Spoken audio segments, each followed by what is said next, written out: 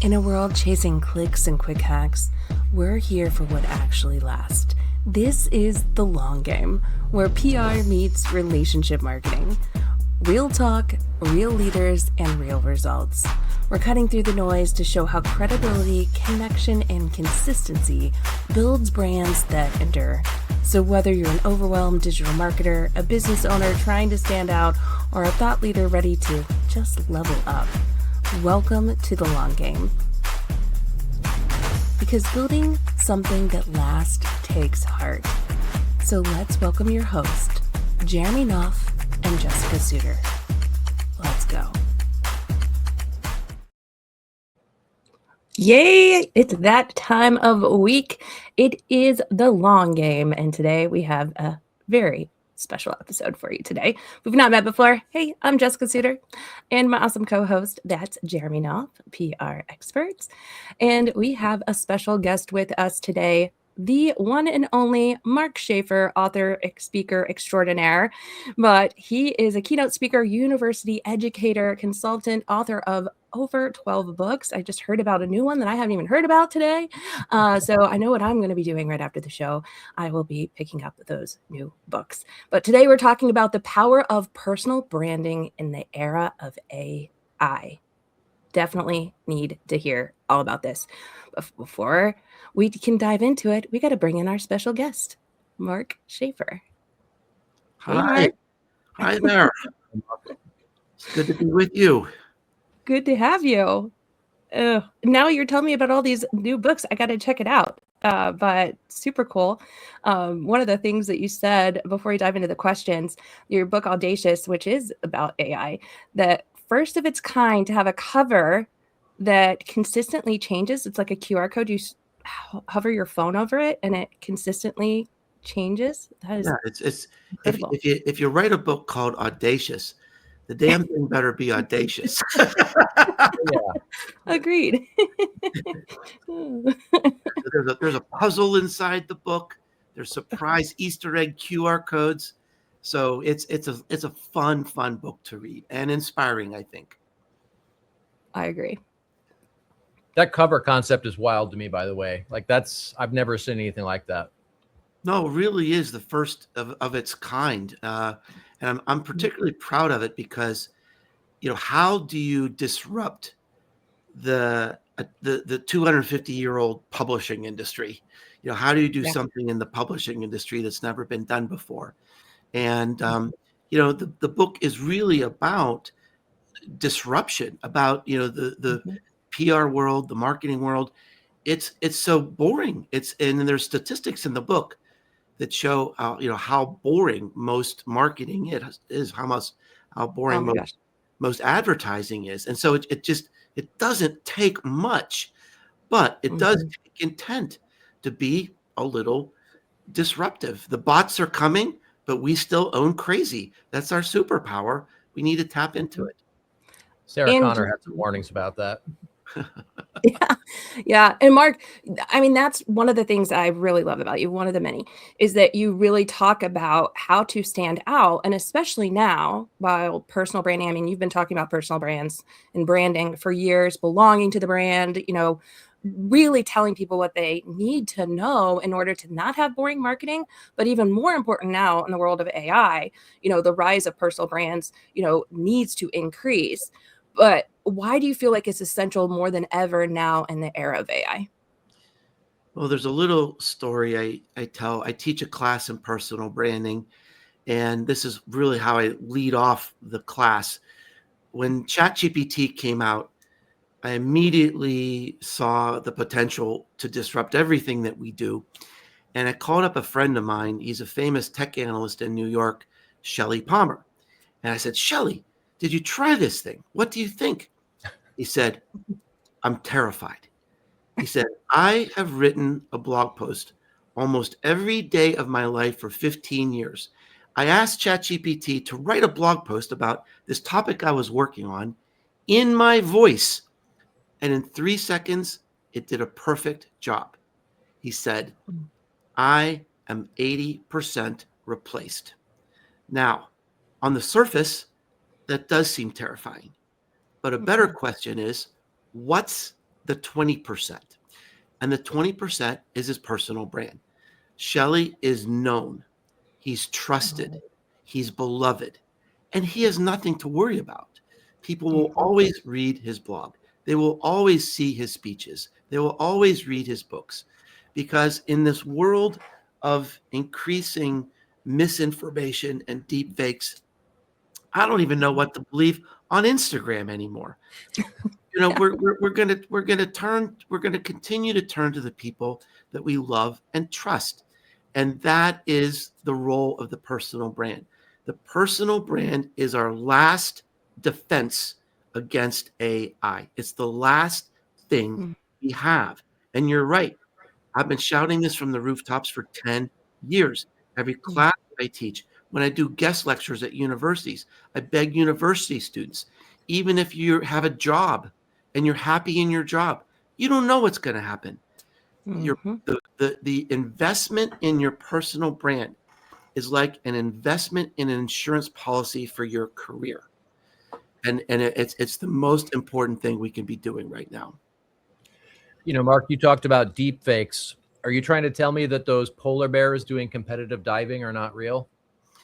Well, I'll let you make your own decisions about that. But you know, that's the problem with Instagram today. It's taking too much brain power to say, wait a minute. You know, I think it suggests there's room in the world for an AI-free social media platform, because that would be beautiful. I don't want to think about it. But that's why the personal brand is important. On my blog posts, I have a badge now that says 100% human content, to assure people that this is me. It's really me. I'm not going away. What you see is what you get. And this is true. And this is real, because in the near future, humanity will be a luxury. Humanity will need to assure people that this real person is connecting with you. I watched a movie, Davy Crockett, and at the beginning of the movie, it said 100% made without the use of AI.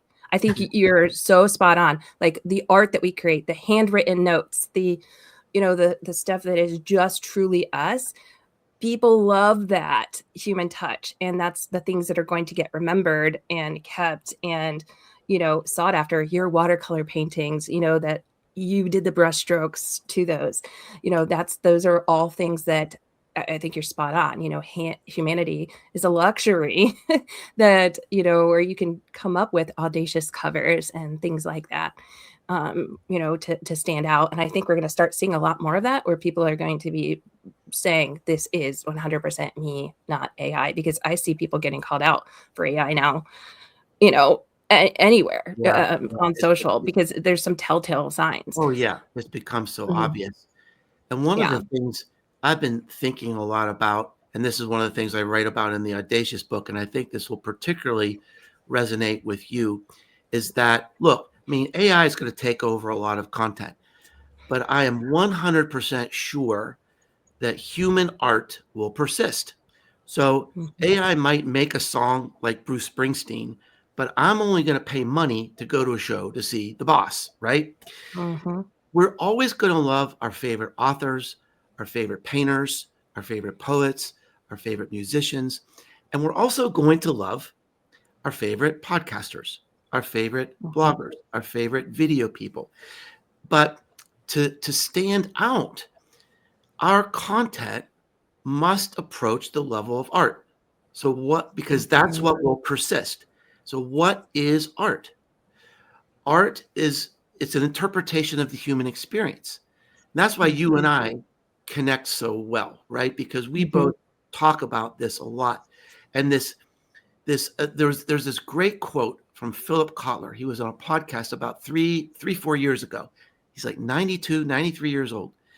He said, what's missing in the world today is what's missing with brands today is a real human voice, accessible, friendly, even vulnerable. Now, we don't hear vulnerability a lot when it comes to brands and companies, but that's what's part of art, right? And it doesn't mean, oversharing. It just means sharing your human experience to connect with people on an emotional level. That's art. And that's what will persist even when AI, takes over so much. Well, we're seeing that play out in real time with the backlash against Coca-Cola with their recent AI ad. McDonald's just had one, I think it was last week, and everyone's absolutely up in arms about this. People hate this. They love the real art, the real human connection. So I agree with what you're saying. Jess, I don't know about you, but Mark kind of reminds me of the guy in every science fiction movie, the scientist who's telling everyone how things are going to go and what they should and shouldn't be doing, and nobody listens to him, Well, I think it's genius that you're telling the students like to start now, because you're right. Like I mean, I had the same thing for myself when I was working at a corporate job and then ended up getting let go. But because I had built relationships with people and stayed connected with them on social, they followed me. And we see this a lot with different individuals that truly embrace the human connection component and the personal branding. So I'd love to dive in more of that, like what kinds of things we should be doing. I love you're talking about the art piece. And then how does that translate to, creating your personal brand online and off? But people follow people. They follow where they're going to feel safe, connected, belonging, as you talk about too, belonging to the brand. But it's the people. It's not the logo and the AI. Right. You can't fall in love with a jingle or a website, but you fall in love with people. And I think that's definitely the way the world is moving. And I think it also shows that small to medium-sized businesses are better positioned to win in this world than the big companies. Because, for those of us that have, small to medium-sized businesses, people generally know us. They know us as humans. We're the owners. We're the founders. We're the face of the business. I mean, who do you love at Verizon? Who do you love at Ford Motor Company? Right? Probably nobody. So, Yeah. and they're stuck. They're stuck in this advertising world that if they don't have their big ads, they're not going to have anything. Mark, you bring up some interesting points here. You talked about the smaller and medium-sized businesses compared to like the Verizons and the AT&Ts and whatnot. And I think people are annoyed, for lack of a better term, at all this. Everything's a subscription nowadays. Everything is all these added fees, all this extra stuff, no real humans to talk to. So let's talk a little bit about, what these small and medium-sized businesses, how should they be leveraging AI specifically as it relates to their personal brand? Well, there's a couple questions inside of that. And, first, let me say that, I don't use personal brand as a hammer looking for a nail, right? I mean, there's lots of ways businesses can be successful without a personal brand. But if you want to start out in the content ecosystem of our world, I think it's an important thing to do. If you want to have security and assurance in your own career, I think it's an important thing to do. But look, if I go to the store and buy a ladder, I'm going to buy a ladder and I want to be left alone. I don't care about a community or a personal brand, right? Sometimes I just buy a hamburger because it tastes good. So there's lots of ways to be successful in business. Now, I have this new book out about how AI changes your customers, and I end the book. There's a lot of stuff in this book that's a little scary because humanity is being rewired, and there's no going back. It's over, right? We are changing. Our children are changing right before our eyes, and there's no going back. And so there's aspects of AI that can be scary, but there are also aspects of AI that are very empowering and exciting. And I think to answer your question, it's about reimagining yourself of how big you can be with AI. How much bolder can you be? How much more creative can you be? How much more impactful can you be? And so I'll give you an example. So I'm at a point in my career where I love teaching people, helping, nurturing, mentoring. And it's frustrating because mentoring is so much of a one-on-one type of sport, right? Yeah. And so I was just thinking about, how do you scale this? How do you scale this time and attention? So I did an experiment and I created a Mark bot. I uploaded all my blog posts, all my 13 years of podcasts, all my classes, all my speeches, all my workshops, all my strategic frameworks, and my values. Yep. And how I think about things. And it's on my website. It's for free. And it's private. I don't even know who does it. I don't know what people ask, but people have given me feedback that they love it. And the personality and the values is coming through. And one lady had an interesting comment about it, because one of the things built into the bot is, to really get to help people, you have to ask questions. So I don't want it to be a chat GPT where you just ask a question and then it gives you the answer. It needs to ask you questions back to get clear about where you really want to go. So it started asking this person questions, and she said, "You wouldn't believe it. I spent so much time on those questions because I didn't want to let you down." Aw. Isn't It's that because of the personal connection too. Yeah. because they really thought they were interacting with me? It felt like it was interacting with me. And Now, did and she know that it was a bot, or did she think that it was actually you? no, it's it's a bot. Yeah, it's Okay. it's a bot. There's no face. There's I want to be completely transparent about it, but Yeah. it does sort of and that was the hard part. It wasn't uploading all the content. The hard part was getting it to actually act like me. And Yeah. But it's because you had all those resources available. Like when we use it too, like when we're helping clients with stuff, it gives us more time to do the in-person or personal branding items, because we can do some things like that with loading it, because loading the AI tool up to train it to get to that level. But it does take some time and the resources. Luckily, you already had all those things set up and published already or on hand yeah, and I to couldn't have done that if I hadn't worked on my personal brand for 15 exactly. You years. couldn't have done that. Yeah. Starting from I love to say all the time, starting from the inside out, like, what are your values? What do you care about? What is your tone of voice? So, the content and how do you answer things?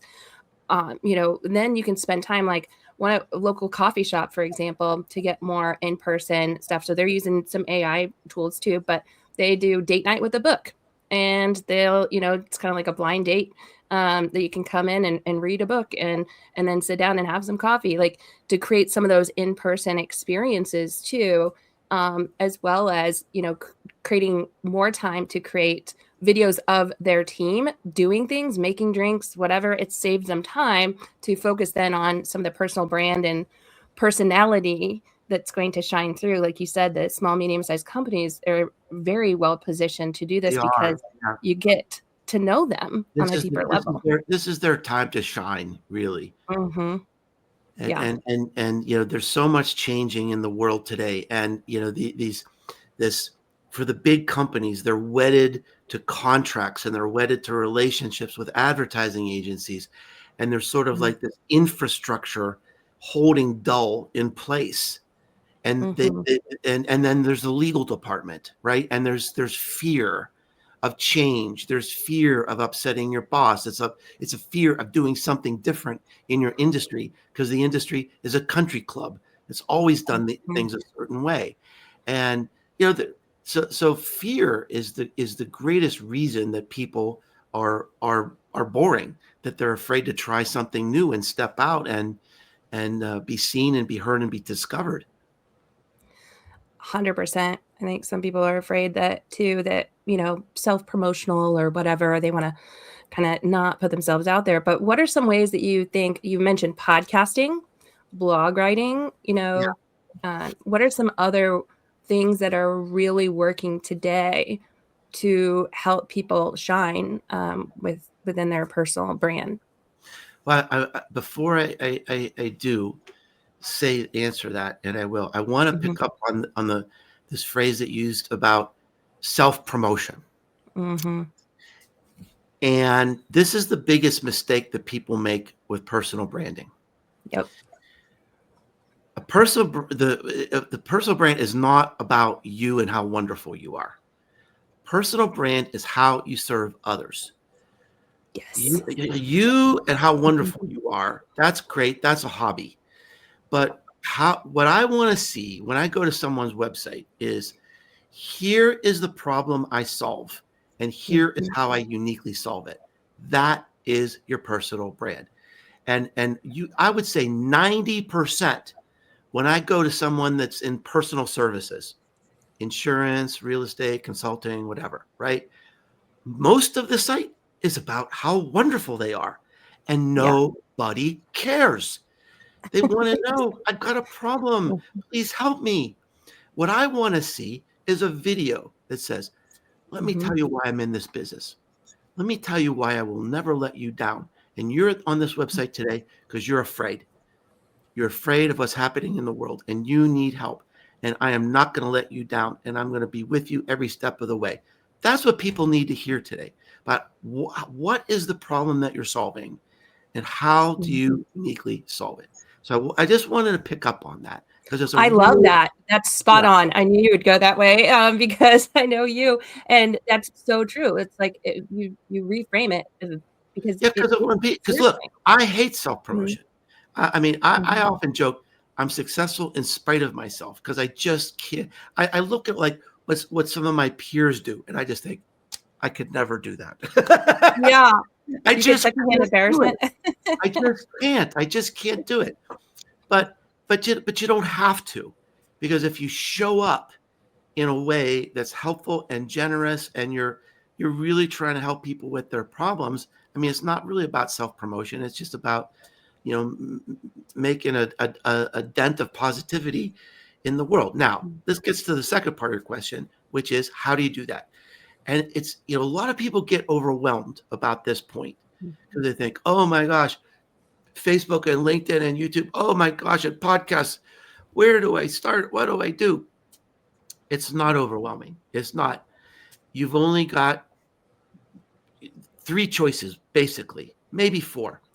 So a lot of people think about, what platform do I use? That's the wrong question. The right question is, what content do I create to tell my story to the world? If it's a personal brand or a corporate brand, the content is the fuel of the brand. So that's the first choice. And really, you have 4 choices. You either write something like a blog, you create video like something on YouTube, you do audio like a podcast, or it could be images like you'd put on Instagram or Pinterest. And one of the myths about branding is that you have to be everywhere doing everything. And I disagree, because to stand out today, you have to be great. And you can't be great in 12 places. So you pick one. And the one you pick is you pick it because you love it, because it's going to bring you joy. And don't worry about the competition. There's only one you. There's only you're going to tell these human stories that only you have, and you're going to be distinctive in that way. You can find your own audience in that way. But if you like to write, be a writer.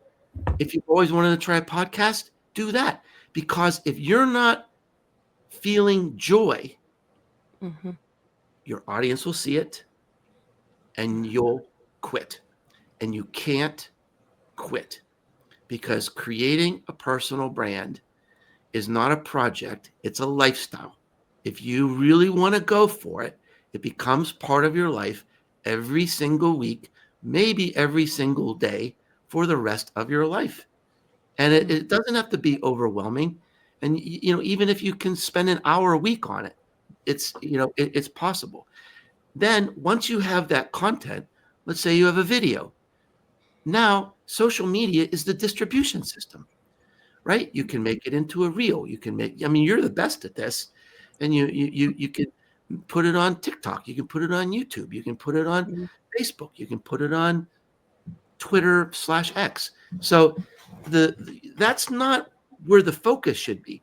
The focus should be creating the best quality, helpful, generous content you can do at least once a week.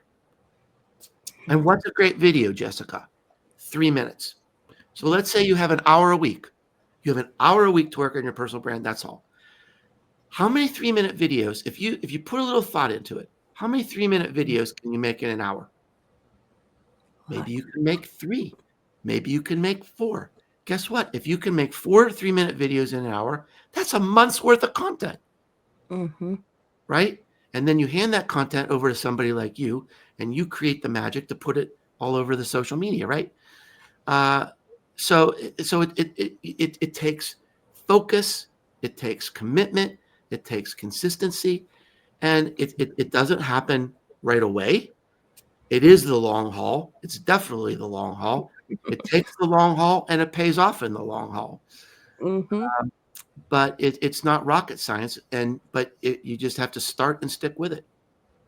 Mark, when it comes to making content, one of the mistakes I see people make a lot is they over rely on the AI to create the content for them. Mhm. And it just creates this dry, soulless trash. So what advice do you have for somebody who's maybe afraid to get out there and really kind of let their personality shine? And they're like, oh, well, I don't have a lot of time. I don't really want to put myself out there. So I'll just let ChatGPT write my post for me. What advice do you have for somebody who's in that position?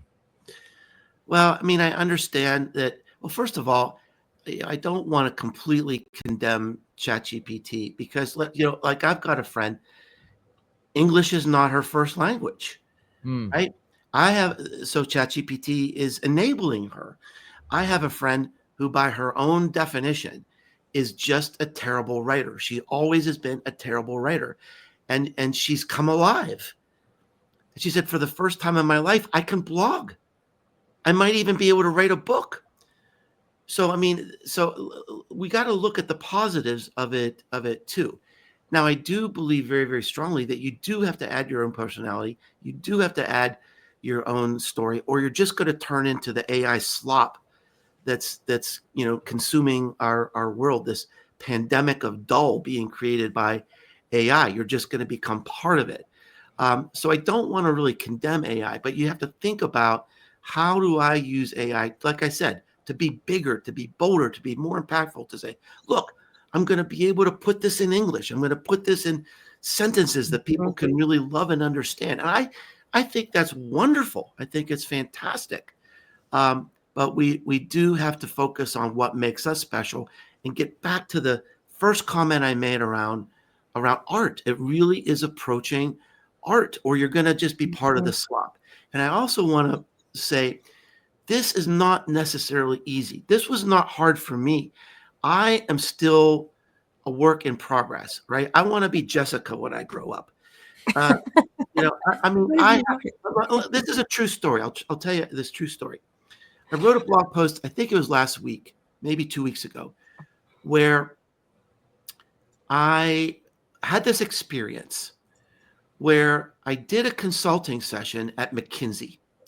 I was at the end of the day. I was 5 hours with McKinsey, my hero company, my favorite company, the greatest thought leaders in the world. It's the end of the day, 5 hours with McKinsey. I'm standing on the 64th floor of the World Trade Center. The sun is setting down on Manhattan, and I feel depressed. And I just didn't expect that.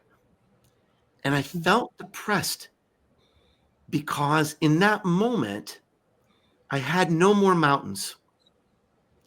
Mm-hmm. I mean, all this work I've been putting into my personal brand, believe me, my first week as an entrepreneur, I was not at McKinsey. I was at the Farragut Lions Club eating a cold chicken sandwich, right? Yeah. This is true. My first customer was a caterer. Lord. It's true. And now I'm at McKinsey, and I talked to some people. I said, "Gosh, I'm thinking about writing this blog post." but I'm afraid because it's like, well, people think, geez, what a jerk. He's so successful that he feels depressed. And I thought, Yeah. this is an unexpected, unique human experience. Mm-hmm. I'm going to take the risk. I'm going to tell that story. So I had to force myself to do it. And I got more comments on that blog post than anything else for this year. And this, my friends, is what I mean about approaching art. I'm not an artist. I'm not a novelist, but I'm interpreting the human experience, right? Mm-hmm. And so many people said, "Oh my gosh, Mark, I never thought I would hear something like that from you." Or I felt that too one day. Let me tell you about that. Yeah. And so that is the content that's going to cut through. And like I said, I'm still a work in progress. I'm still learning myself, but maybe I'll get to Jessica level someday. Okay. Oh, you're sweet. But no, I think that really, honestly, people have felt that before. I've, felt that on different levels. No, I was not Mackenzie, but definitely. And I feel like once we open ourselves up and share, not always just the bright and shiny, but, just like lessons learned or human experience moments, like you said, that's what makes people feel comfortable, connecting with us and trusting us and getting to know us on a deeper level. 30 minutes goes by way too fast when we're I talking to know. you. I was watching the clock I thinking, know. I'm like, I'm "No, not ready. I'm no, not I'm not ready for ready." this to end. I'm not ready for Yeah. it to end. I hope you Well, let me go a little longer. yeah, you can for sure. But first, I want to let people know where they can connect with you, maybe read that blog post, see your content. Is it thebusinessgrow.com? Yes, Right? businesses grow. Mhm. Yeah. You don't have to remember my name. And that's why I called it Businesses Grow, because I knew nobody could spell Schaefer. So Businesses Grow.